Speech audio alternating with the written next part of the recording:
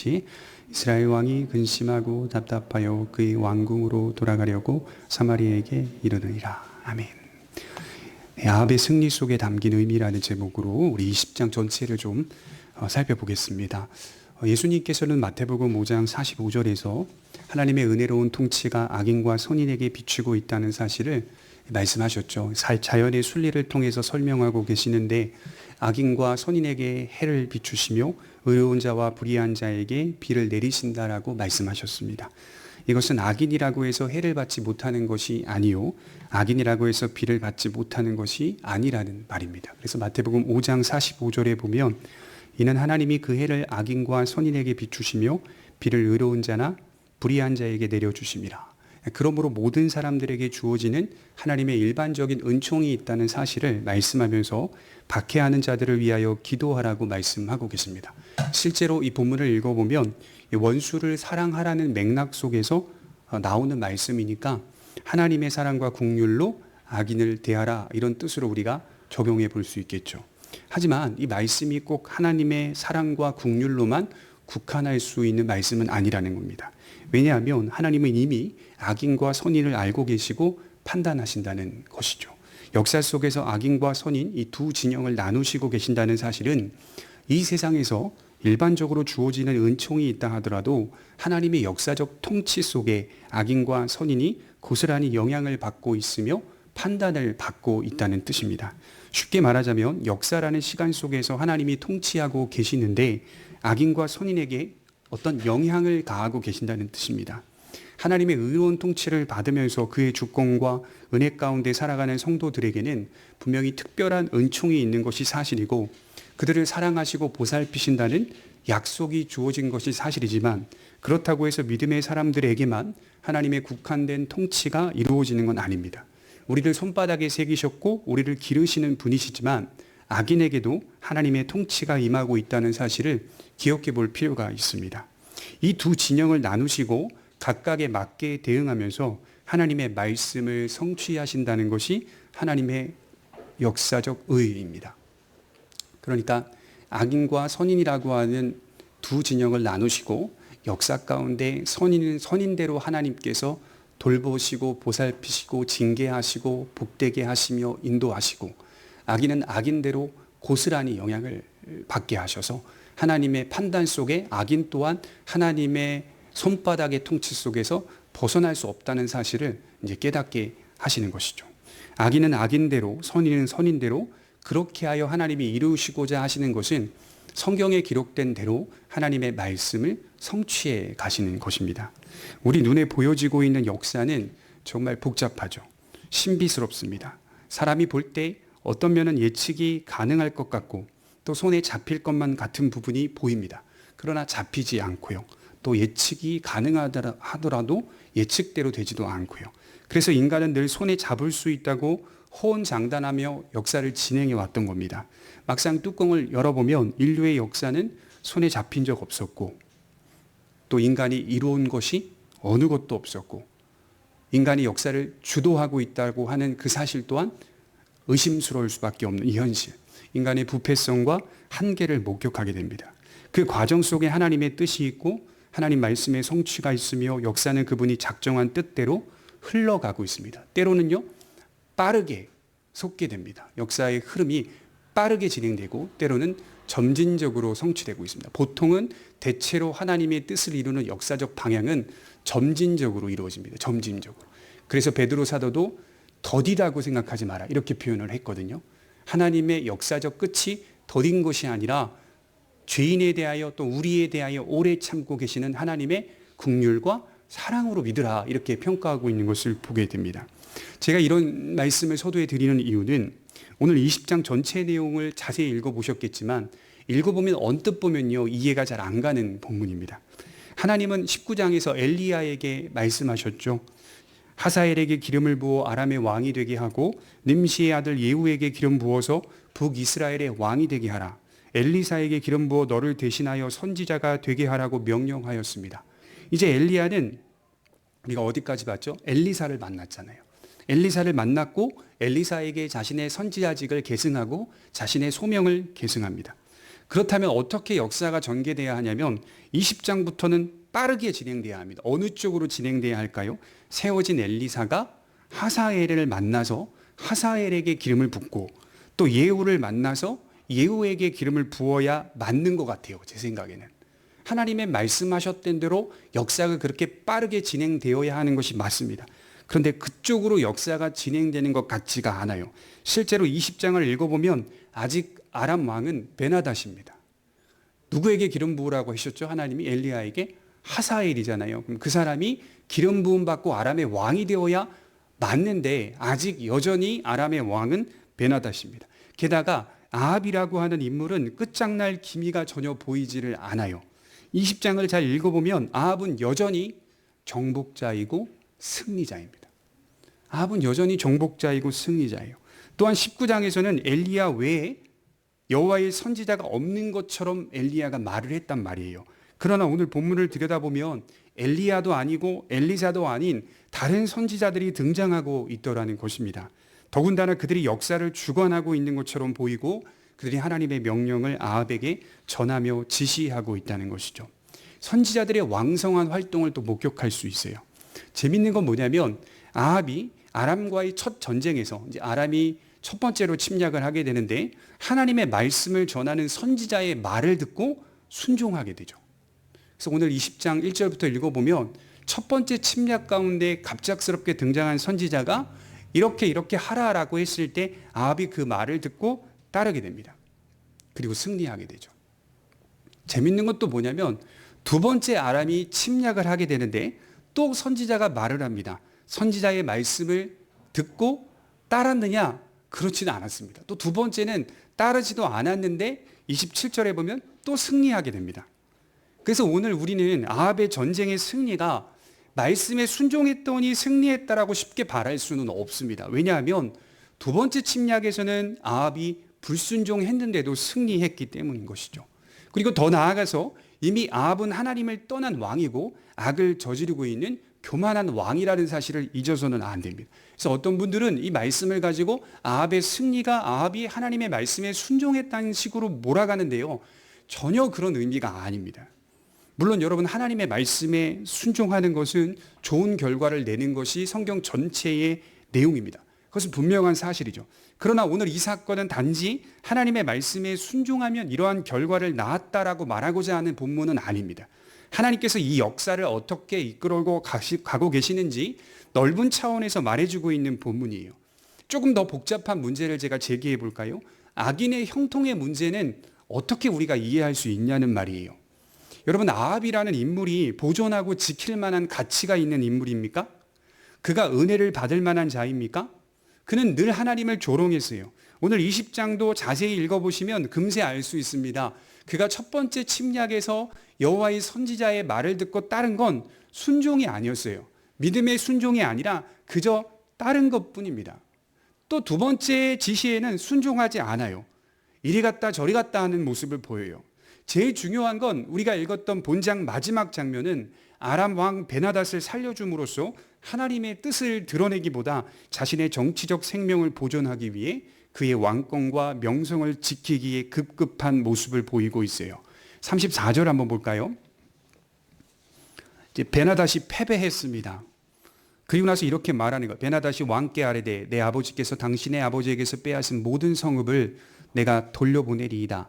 또 내 아버지께서 사마리아에서 만든 것 같이 당신도 다메섹에서 당신을 위하여 거리를 만드소서. 아합이 이르되 내가 이 조약으로 인해 당신을 놓으리라 하고 이에 더불어 조약을 맺고 그를 놓았더라. 사실은 베나닷은 하나님의 뜻 가운데 진멸되어야 할 왕이었어요. 죽어야 할 왕인데 이 아합이라는 인물은 그 왕을 살려주고 그 왕의 나라와 다시 한번 조약을 맺고 있고요. 그 위로 올라가 보면 이 왕에 대하여 내 형제다 이렇게 표현하고 있는 본문이 나옵니다. 전혀 아합이 하나님의 뜻대로 행하지 않고 있는데도 두 번의 승리를 거머쥐고 있다는 거예요. 우리는 이 사건을 어떻게 이해할 수 있을까요? 첫 번째로 생각해 볼 수 있는 것은 내가 여호와인 줄을 알리라 라고 하는 대목입니다. 사실 이 주제가 20장 전체를 덮고 있는 주제고 열왕기서가 말하고자 하는 핵심적인 내용입니다. 우리 13절을 볼까요? 13절을 보시면 한 선지자가 이스라엘의 아합 왕에게 나아가서 이르되 여호와의 말씀이 내가 이 큰 무리를 보느냐? 내가 오늘 그들을 내 손에 넘기리니 너는 내가 여호와인 줄을 알리라 하셨나이다. 28절에 보면 그때에 하나님의 사람이 이스라엘 왕에게 나와 말하여 이르되 여호와의 말씀에 아람 사람이 말하기를 여호와는 산의 신이요 골짜기의 신은 아니라 하는도다. 그러므로 내가 이 큰 군대를 다 내 손에 넘기리니 너희는 내가 여호와인 줄을 알리라 하셨나이다. 자, 갑작스러운 선지자의 등장이 있었어요. 이건 엘리사도 아니고 엘리야도 아닙니다. 이 선지자는 하나님의 신탁을 아합에게 전합니다. 그 내용이 아주 간단해요. 내가 오늘 아람을 내 손에 넘기겠다 하는 것이었어요. 첫 번째 전쟁에서도 등장했죠. 두 번째 전쟁에서도 같은 말씀을 전하고 있어요. 여호와께서 아람을 이스라엘과 아합의 손에 넘기시겠다는 작정이 선포되고 이것을 통하여 아합과 이스라엘은 하나님만이 여호와인 줄을 알게 되리라. 이 말씀을 받고 있는 거예요. 이것이 승리의 비결입니다. 아합이 두 번에 걸쳐서 이루어졌던 아람과의 전투에서 승리한 것은 전적으로 하나님의 도우심이었어요.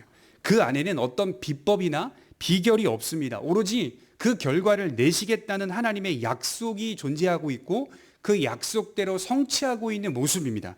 그래서 20장을 자세히 읽어보면 숫자상의 불균형이 드러나게 돼요. 당시 아람은 나름대로 대국이었습니다. 20장 1절에 보시면 베나닷이 거느리고 있는 지방도시 국가들이 있었는데 이 도시 국가들의 왕이 소집을 해보니까 32명이나 되었더라라고 기록하고 있어요. 아람 왕 베나닷이 지방 소도시 국가를 식민화하고 있었다는 증거입니다. 다 소집했더니 32명의 왕이 모인 거예요. 그렇게 연합해서 이스라엘을 치는데, 그 작은 나라를 치는데, 더 나아가 쪼개진 나라잖아요. 북쪽 10지파만 모여있는 북쪽에 있는 이스라엘을 친다는 건 이 굉장히 큰 나라가 약소한 국가를 치고 있는 모양새라는 것이죠. 기원전 6세기경에 불교가 인도에서 시작이 되었는데요. 부처님은 인도 북부 지방에 있는 카필라 왕국에서 왕자로 태어나게 됩니다. 그 당시에 그 나라의 인구가 200만 명에서 300만 명이었다고 해요.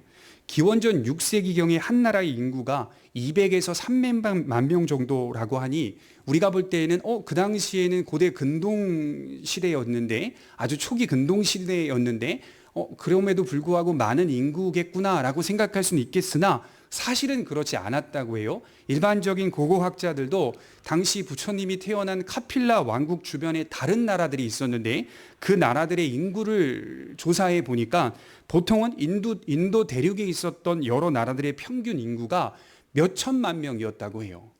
그러니까 부처가 태어난 그 나라만 200에서 300만 명 정도밖에 안 된 거고 그 주변에 인도 대륙에 있었던 나라들은 평균 인구가 몇 천만 명이었다고 해요. 그런 면에서 카필라 왕국은 작은 나라였습니다.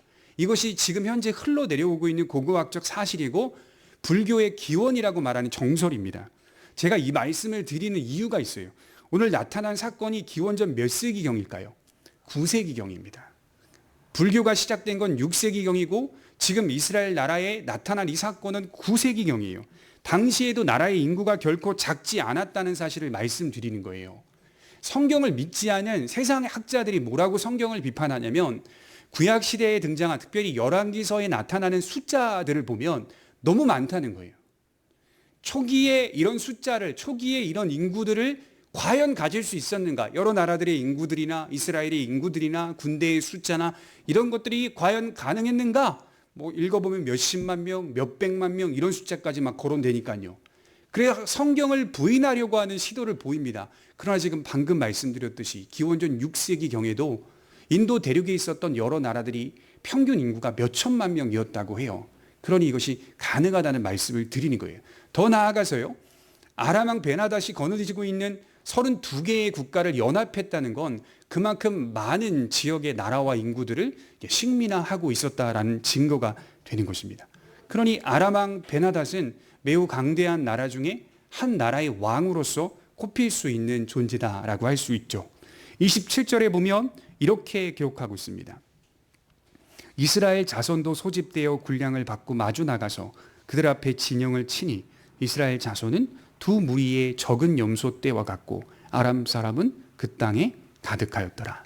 이런 불가능한 상황 속에서 승리할 수 있었던 건 전적으로 하나님이 선포하신 말씀의 신실한 때문이었습니다. 이것을 통하여 무엇을 이루시고자 하셨을까요? 여호와만이 하나님심을 드러내신 겁니다. 구약 성경을 읽어보면 제일 중요한 주제가 있어요. 그게 뭐냐면 영광이라는 주제입니다. 영광. 하나님이 하나님의 영광을 빼앗기지 않으신다라고 하는 주제입니다. 당신님의 영광을 빼앗기지 않는 분이다. 하나님의 영광을 스스로 입증하시는 분이 하나님이다. 이것이 하나님의 통치의 모습입니다. 그러니까 여러분들이 이제 무엇을 먹고 마시고 무엇을 하든지 다 하나님의 영광을 위하여 하라라고 하면 우리가 이제 오해하죠. 우리가 하나님께 영광을 돌리는 것으로 오해하다 보니 하나님 스스로 자신의 영광을 챙기지 못하는 분으로 오해하니, 우리가 하나님께 영광을 돌려야만 하나님 그분은 그분의 영광이 드러날 수 있는 것이다 라고 오해하게 되죠. 그러나 아닙니다. 그건 그런 말씀의 의미가 아니라 하나님은 애초부터 하나님의 영광을 스스로 빼앗기지 않는 분입니다.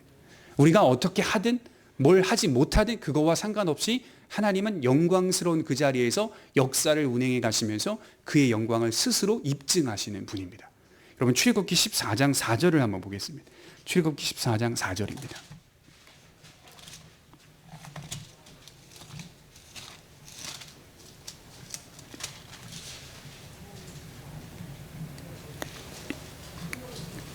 출애굽기 14장 4절입니다.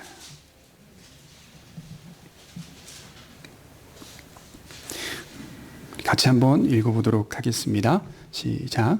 내가 바로의 마음을 강팍해 한즉 바로가 그들의 뒤를 따르리니 내가 그와 그 온 군대를 인하여 영광을 얻어 애굽 사람으로 나를 여호와인 줄을 알게 하리라 하시매 우리가 그대로 행하니라. 자, 하나님의 영광을 나타내시는데 그 나타내시는 과정에 뭐가 있냐면 대군이 있습니다. 그리고 강성함이 있습니다. 그것을 이용하여 하나님의 영광을 드러내시겠다.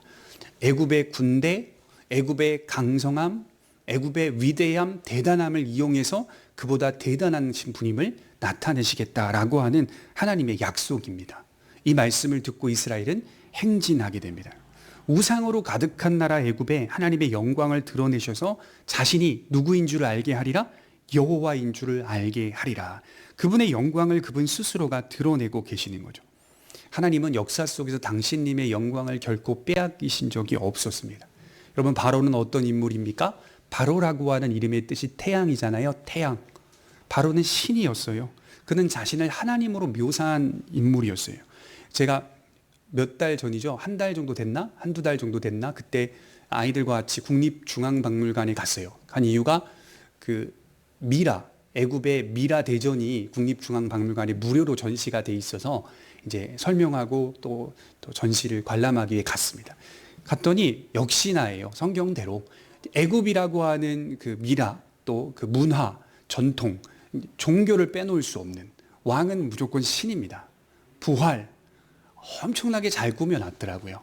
바로는 신이었어요. 태양신, 하나님과 같은 존재였어요. 우리가 잘 아는 로마의 황제를 표현할 때 뭐라고 쓰죠? 카이사르라고 하잖아요. 영어식 표현으로는 시저라고 합니다. 이 카이사르라고 하는 단어의 의미 속에는 왕을 신격화하는 의미가 들어있다고 해요.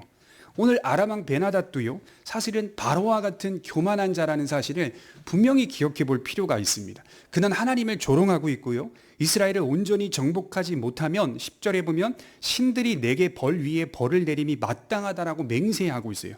이것은 이스라엘을 세우신 하나님에 대한 모독임을 드러내고 있고요, 더 나아가 전쟁이 임하는 아람의 모습은 마땅히 승리할 것을 예상하고 12절에 보시면 이 전쟁이 얼마나 우스웠는지 마시다가 라고 표현이 나와요.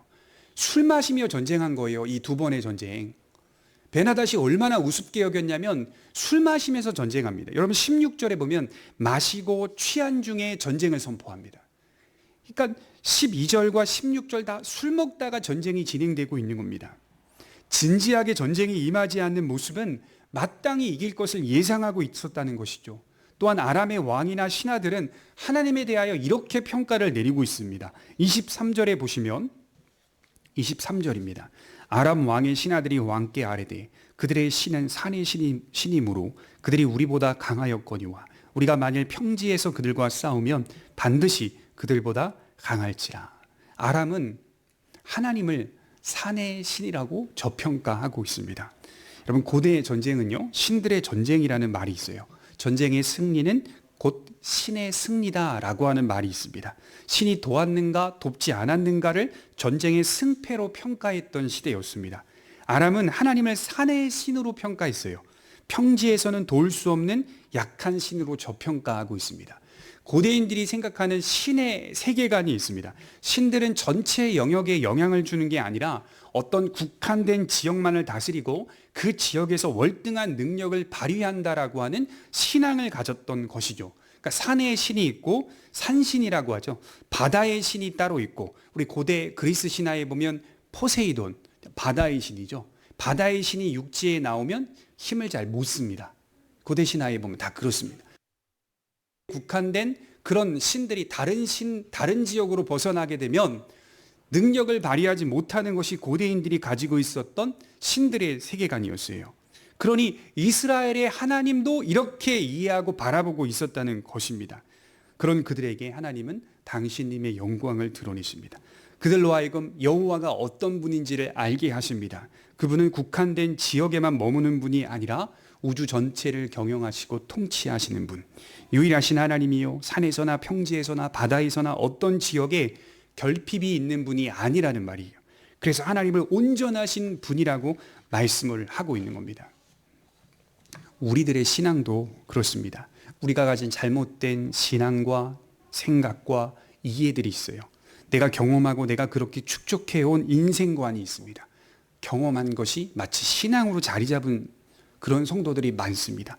그런 우리의 잘못된 사고와 생각과 이해 속에 하나님도 그렇게 이해하려고 합니다. 그렇게 습관화됐으니까요.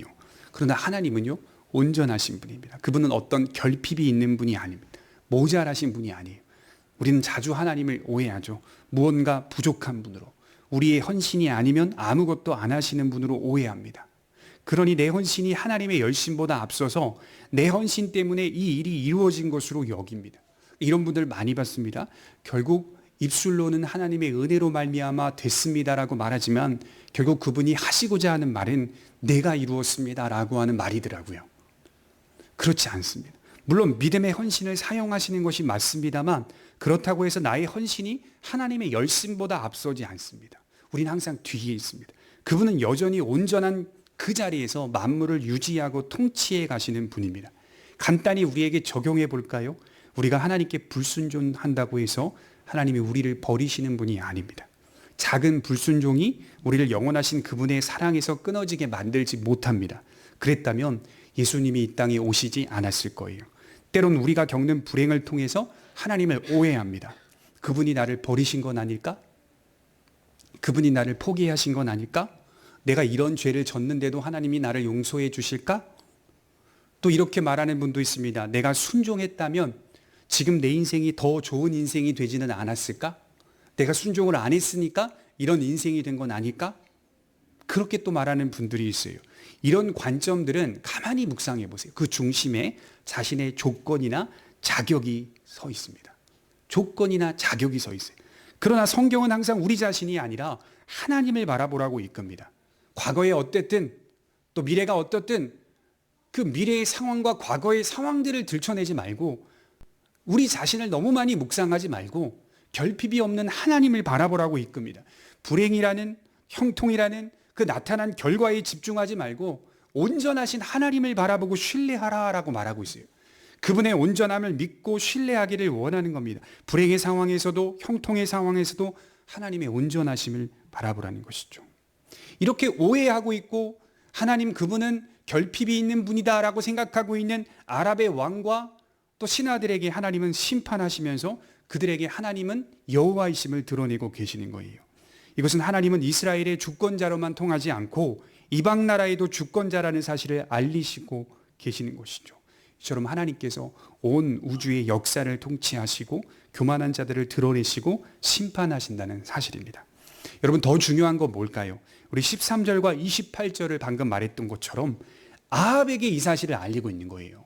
하나님의 가장 궁극적인 목적은 아람왕 베다닥에게도 하나님이 여호와인 줄을 알게 하리라라고 하는 이 말씀이 적용될 수 있지만 근본적으로는 아합에게 이 사실을 말하고 있는 거예요.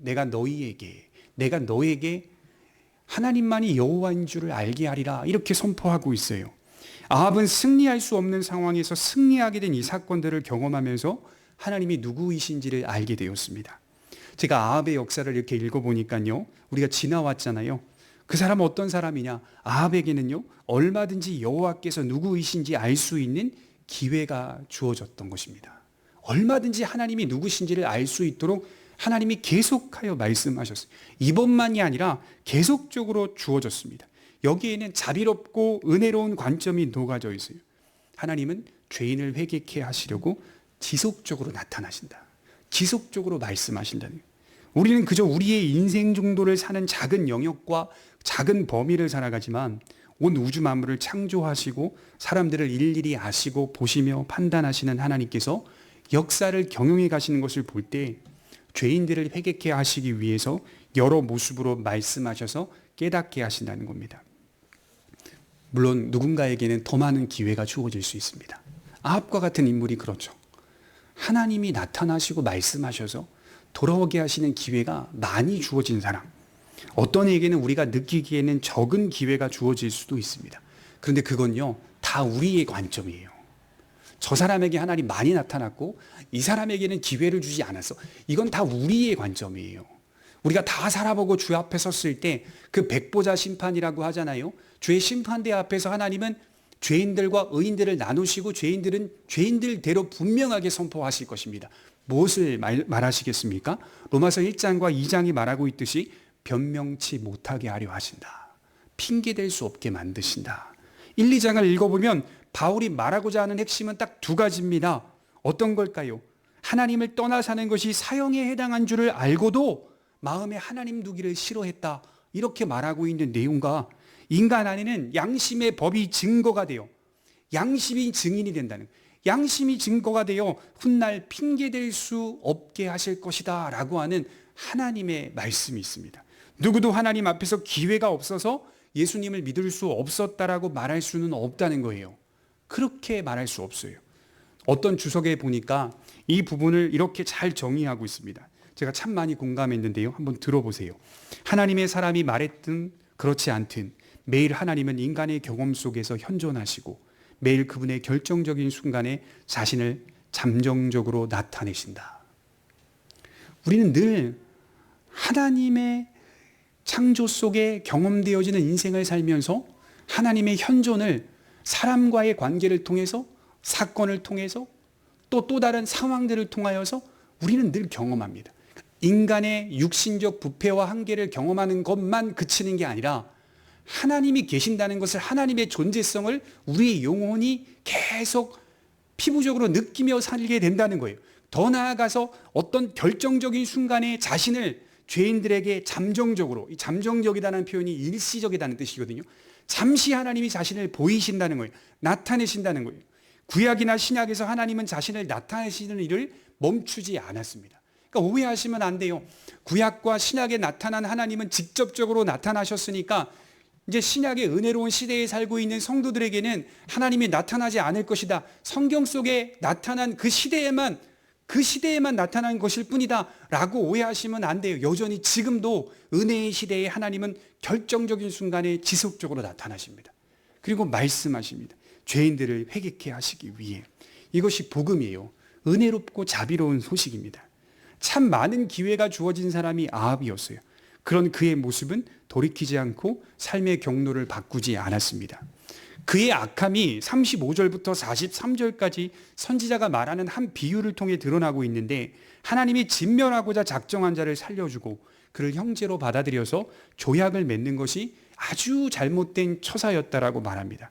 그리고 선지자는 아합에게 임할 죽음의 선포, 무서운 심판의 선포를 전합니다. 42절에 보면 42절입니다.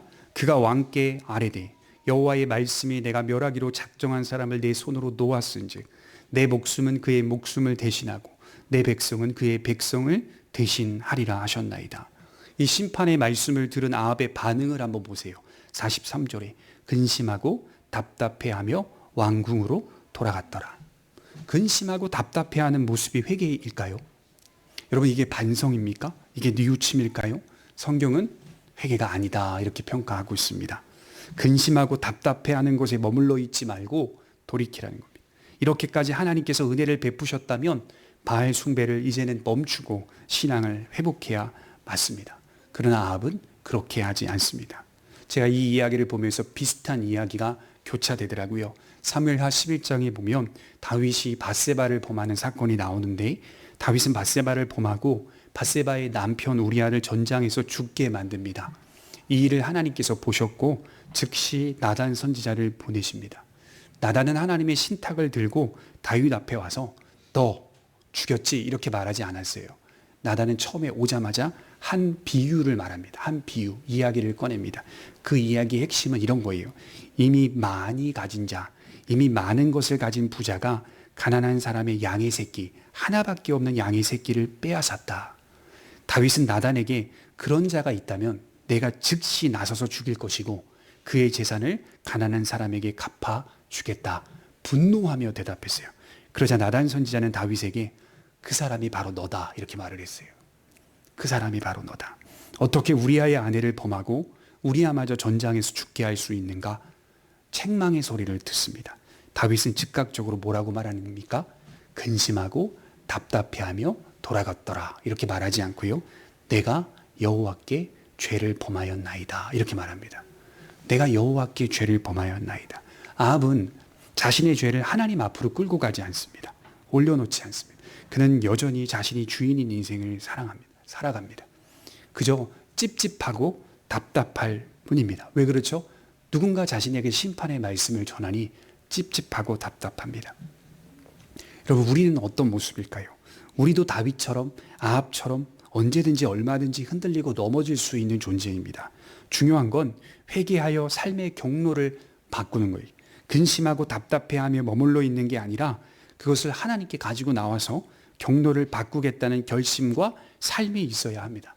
그래서 회개는 다르게 표현하자면 은혜로운 능력이라고 할 수 있겠습니다. 어떤 분들은요, 기독교인들을 내가 왜 싫어하는지 알아? 제가 오래전에 만난 분인데요. 기독교인들은 정죄감에 늘 빠져 있어. 죄책감에 빠져 있어. 늘 뭐 잘못했다고만 말해. 기독교인들 그래서 싫어. 뭘 우리가 크게 잘못한 게 있다고? 기독교인들은 늘 하나님 앞에 와서 회개해. 하나님 우리의 죄를 용서하여 주옵소서. 기독교인들은 무슨 일만 생기면 혹여나 하나님 앞에 범죄한 것이 있지는 않을까? 그것부터 생각해. 그게 싫어서 난 기독교 안 믿어. 이렇게 말하는 분들을 제가 봤습니다. 직접 그렇게 말하는 분을 들었어요. 근데 그분이 놓치고 있는 거예요. 우리는요, 죄책감에 빠져 사는 게 아닙니다. 우리는 진정한 자유자고 하나님이 우리에게 긍휼을 베푸실 것을 믿고 신뢰하며 죄를 회개하는 겁니다. 모든 상황이 하나님 앞에 놓여 있다는 사실 때문에 민감해지는 겁니다. 그렇죠. 강박증이 아니라 민감해지는 겁니다. 뭔가 우리가 어떤 일들이 잘 안 됐을 때, 여러분들도 그러시는지 모르겠지만 제 스스로 제 자신을 제가 한번 이야기해 보면 바로 회개합니다. 하나님 뭐 잘못한 게 있습니까, 제가? 하나님 뭐 하나님께서 말씀하실 게 있으십니까? 혹여나 제가 잘못한 것이 있다면, 혹여나 제 자식이 잘못한 것이 있다면, 또 자식이 아플 때면 혹시나 제가 잘못해서 자녀가 대신 아프고 있는 건 아닙니까? 저만 그런가요? 하나님의 백성들이 이렇게 민감해지더라고요. 이건 죄책감에 빠져 사는 것이 아니라 그게 맞는 겁니다. 세상을 통치하시고 운영해 가시는 하나님 앞에서 겸손히 죄인들이 해야 할 당연한 처사입니다. 중요한 건 우리의 기도가 회개로 말미암아 끝나지는 또 않습니다. 그렇게 용서를 구하고 하나님을 믿습니다. 용서하실 것을 믿고 긍휼을 바라봅니다. 하나님의 은혜로운 사랑을 믿습니다. 이것이 자유자의 참된 모습이 아닙니까? 그런데 왜 기독교인들을 죄책감에 빠져 사는 자로 계속 그 사람이 비판하는지 모르겠어요. 우린 그렇게 하나님 앞에 서 있습니다. 이건 은혜로운 능력을 가진 자만이 할 수 있는 믿음의 자세이죠.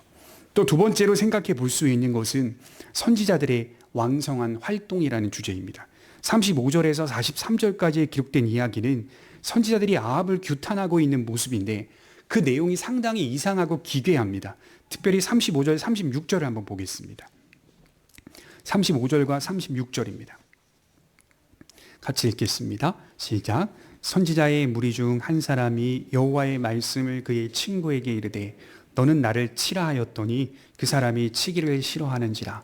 그가 그 사람에게 이르되 내가 여호와의 말씀을 듣지 아니하였으니 내가 나를 떠나갈 때에 사자가 너를 죽이리라.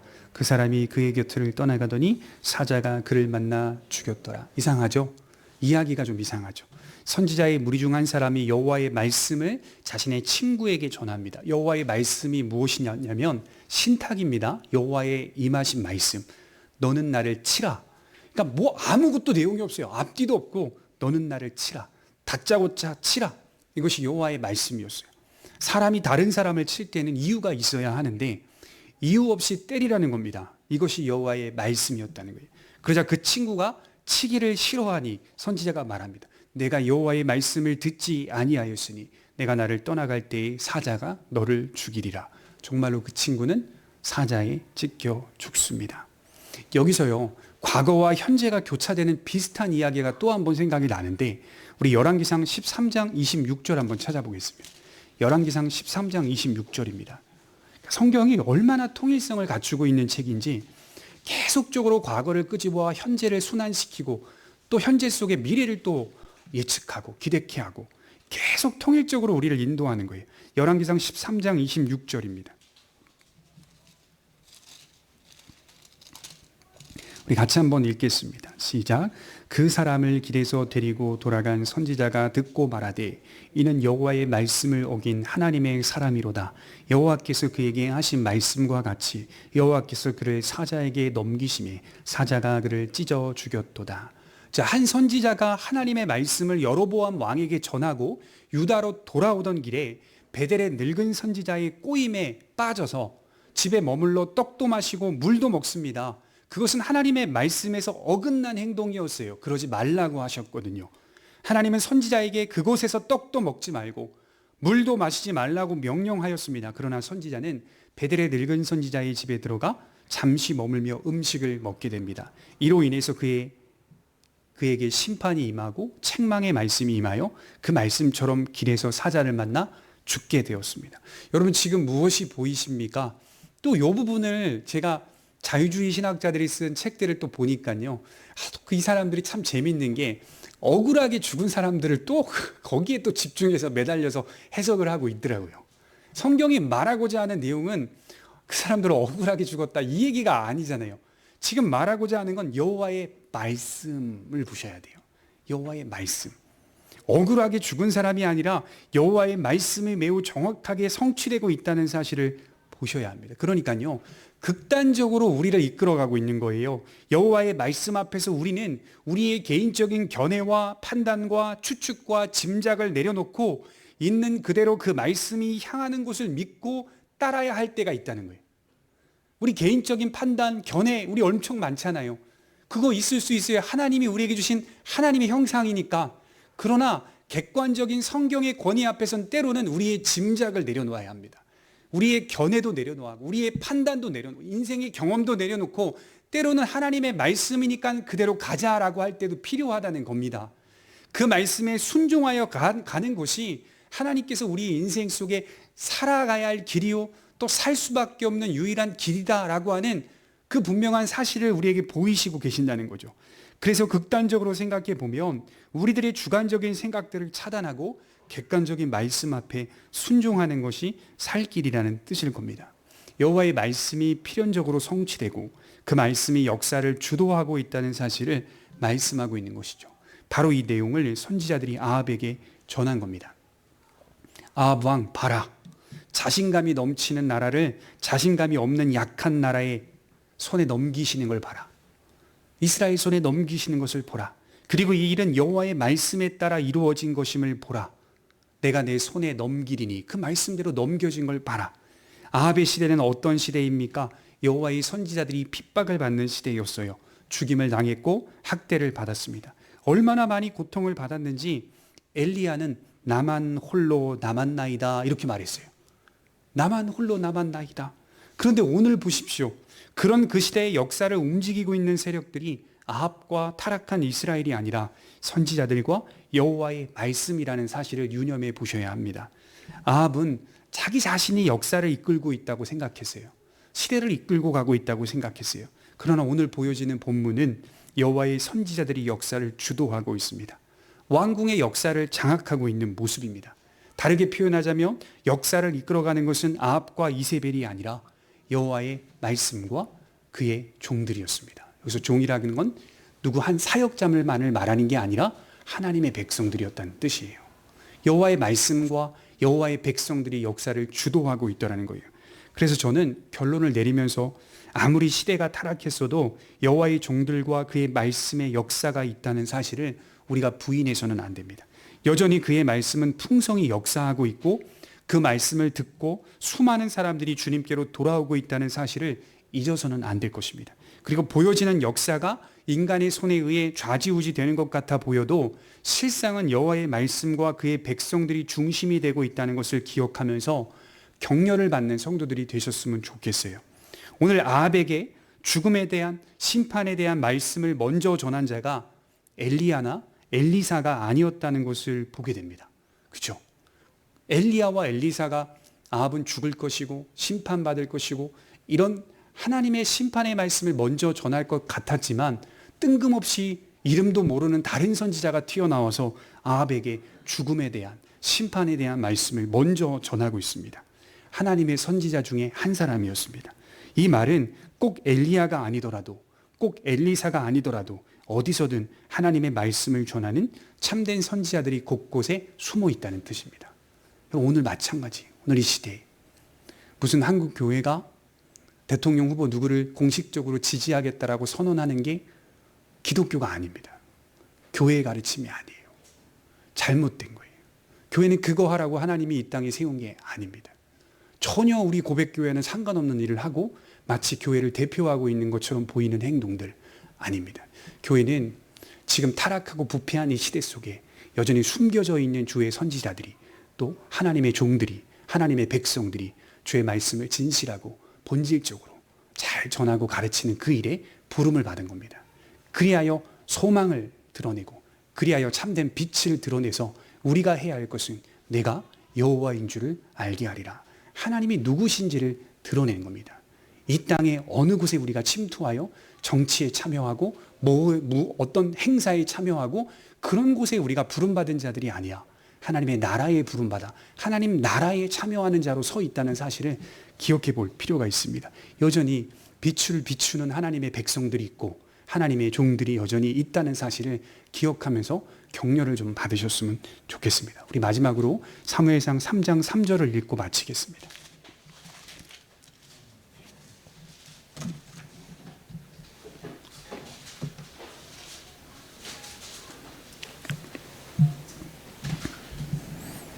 사무엘상 3장 3절입니다.